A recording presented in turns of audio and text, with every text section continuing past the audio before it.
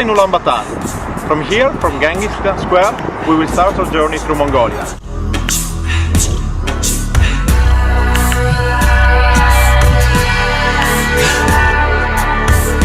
The capital city of Mongolia is a mixture between Russian and Chinese style. The city is the starting point for any travelers, and as usual, we try to see as much as we can in the little time we have.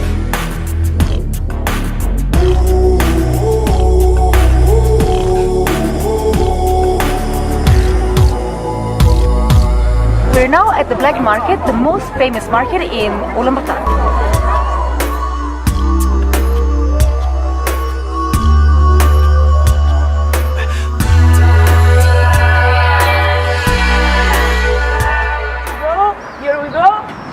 One car, two cars, beautiful mechanic, Russian jewelry, and ready to go.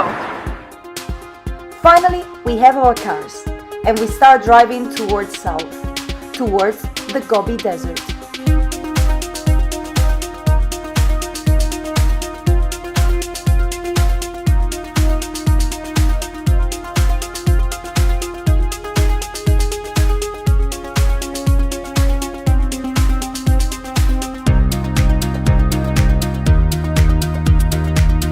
Everything turns yellow, yellow like the flat landscape that is going to surround us for the next few days.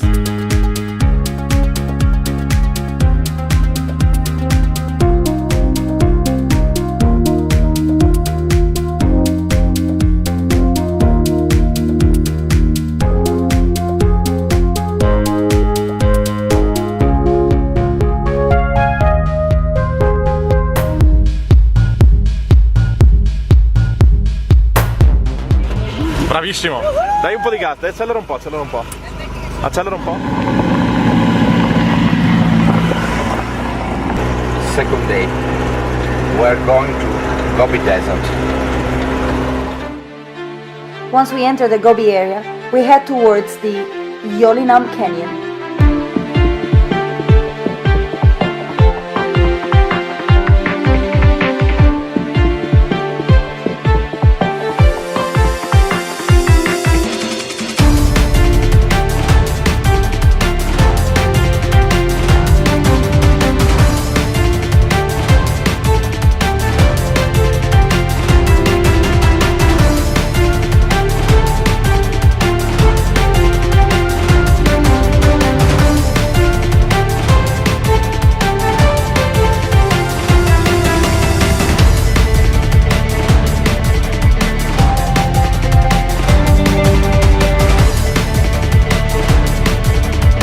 We walk along the small river and we enjoy ourselves jumping from one shore to the other. In the middle of the Gobi, we just found like a massive ice cube. Mission accomplished, we go back to the cars. Vai, vai, vai, vai, vai, lui sta andando, tu non fermarti.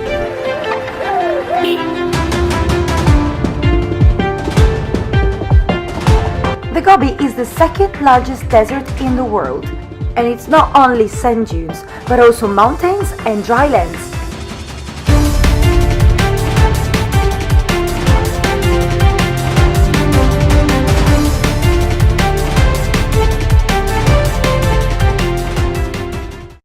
Today is the main day on the Gobi Desert. We go to see the sand dunes.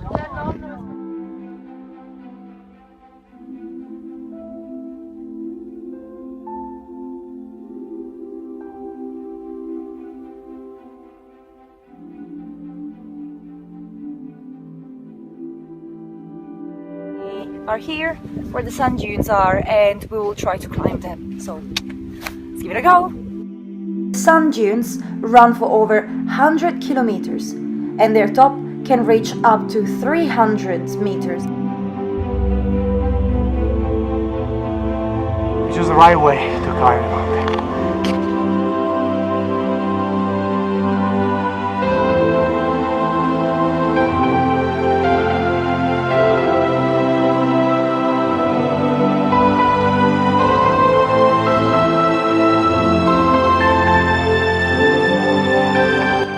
Unfortunately, it's a very grey and rainy day. But while we're reaching up the top of the dunes, the sky clears up and the sun appears. It appears and it colors the sand dunes in gold.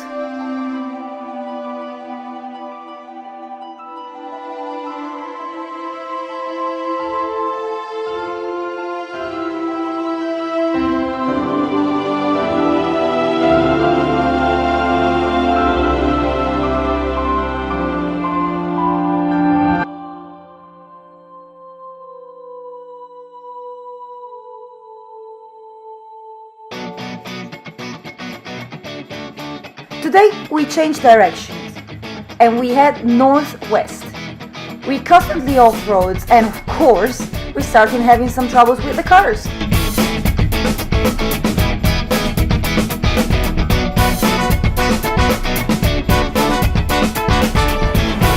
We are driving in the middle of nowhere, with no direction, with no road.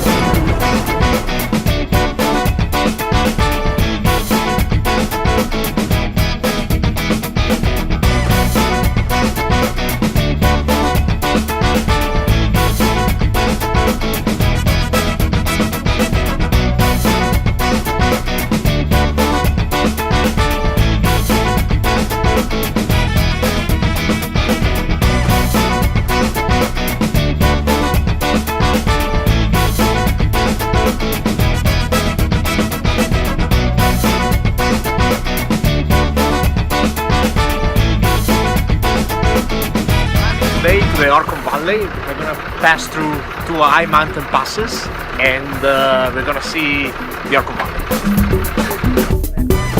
Pass by, right? No, we only...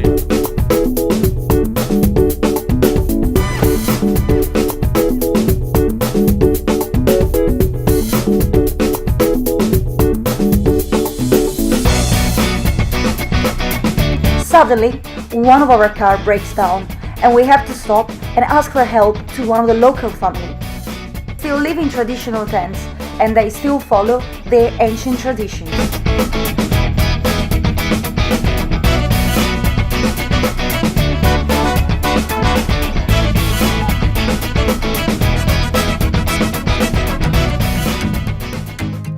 This gives us the opportunity to experience the famous Mongolian hospitality and visit a traditional tent. The yurt has been the center of Mongolian families for more than 3,000 years. mozzarella questa.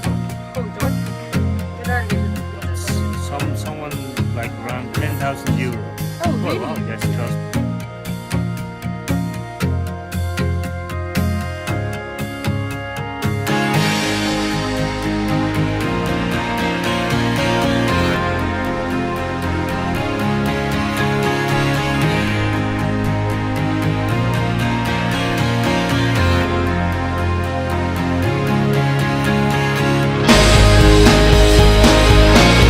When we finally reached the Orhon Valley, the landscape has changed. Green hills and gorgeous rivers replace the flat landscape.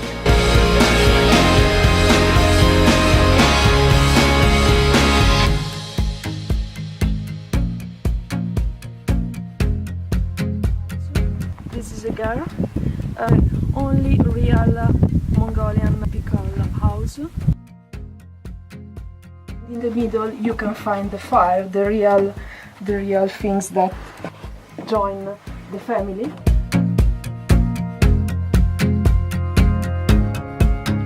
Today is an important day.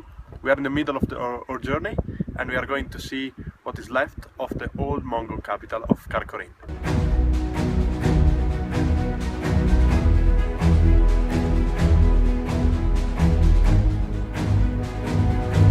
On our way to Karkhorin, we stopped to visit a small monastery that is hidden at the top of a hill. This is Orhon Sacred Monastery.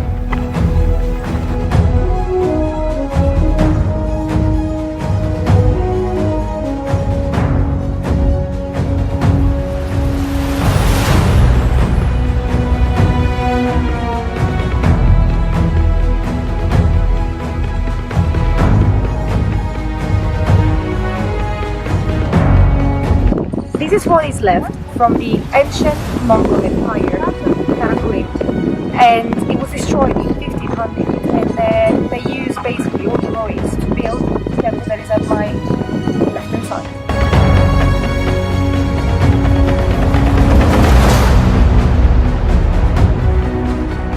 Erdenetzu Monastery has been built in the 16th century near the site of the old Mongol capital, which was completely destroyed.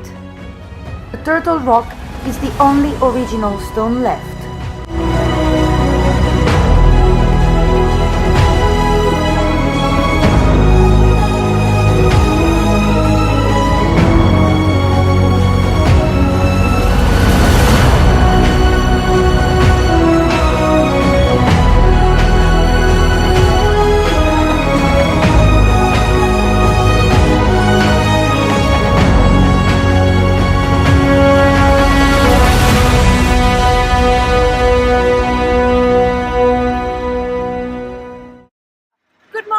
Today we're going to keep going on the north, and we will pass by the White Lake.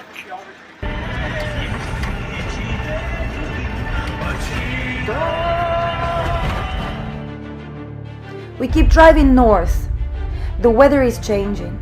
Temperature drops and it starts raining.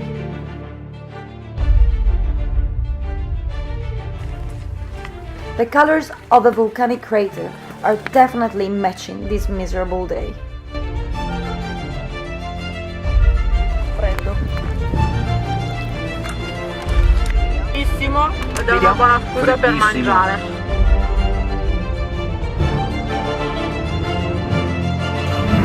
Vai viaggio!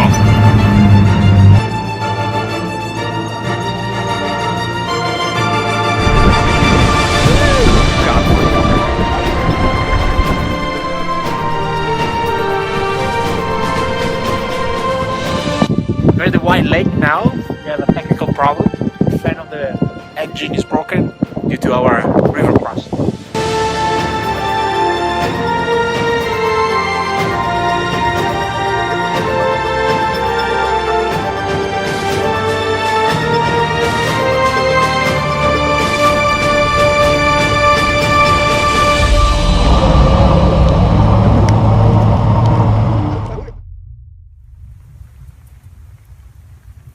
Okay, finally the day is ended.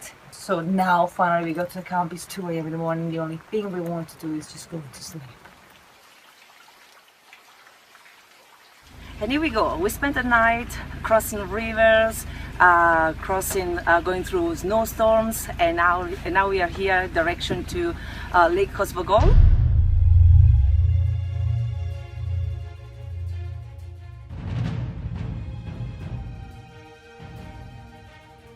We're back in the car and it keeps raining. As soon as we reach the top of the mountains, this rain becomes snow.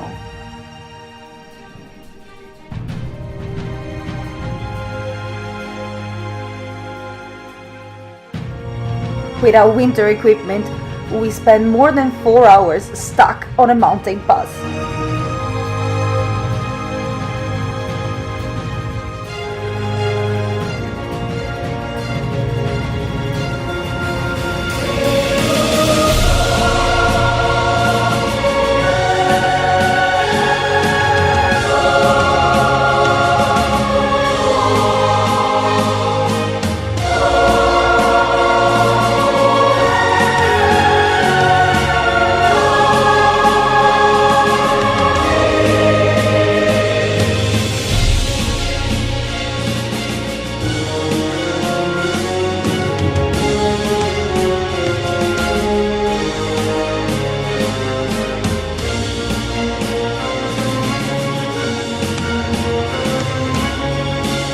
We have to go through another river, but this time with daylight.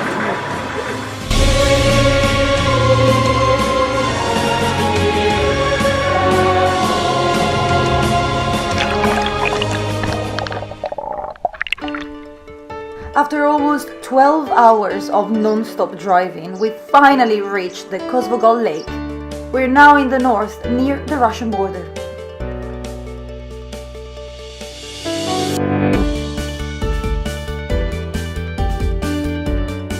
After the past few days, we actually feel like we're in heaven.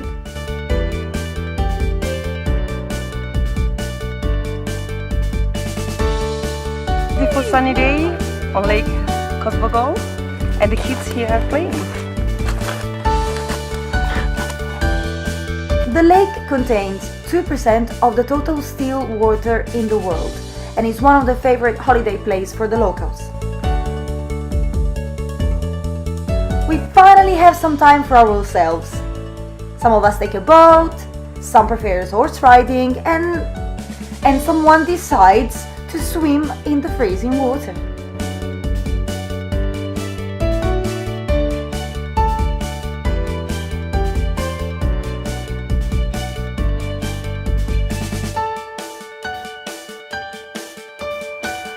Beautiful warm morning.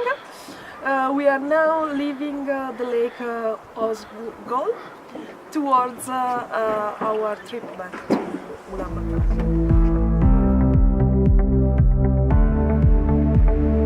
Hit the road again, and this time we go towards east.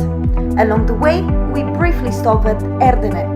That is an industrial city built by the Russians in the 80s.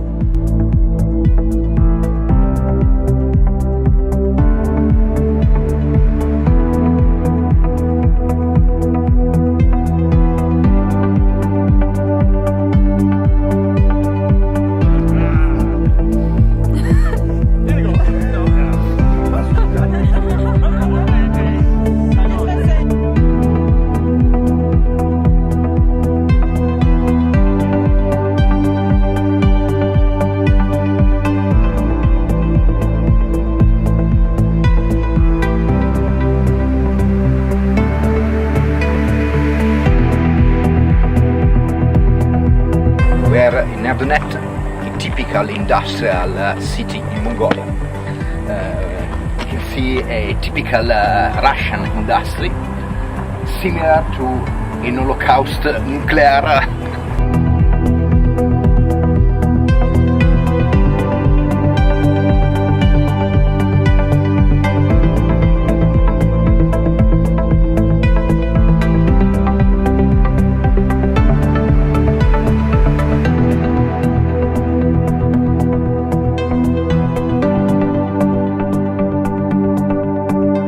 Today in Galant, which is the biggest temple in Mongolia.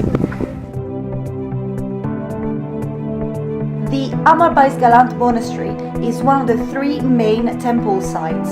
It was built by the Manchu Emperor in the 17th century, and it survived the Russian devastation after the Second World War.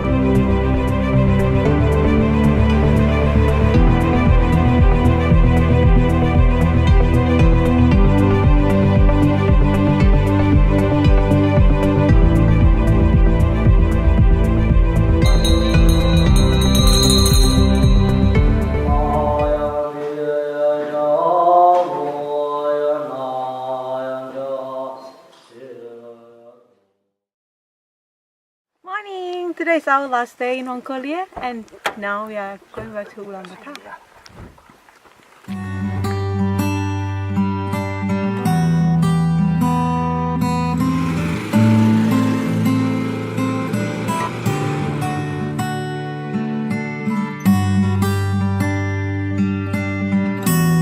We're now at the end of our trip, and we go back to Ulaanbaatar. We enter the city from north this time, and while we're crossing the city, we are amazed by the number of buildings and houses under construction. It feels like a traditionally nomadic population is now keen to settle down.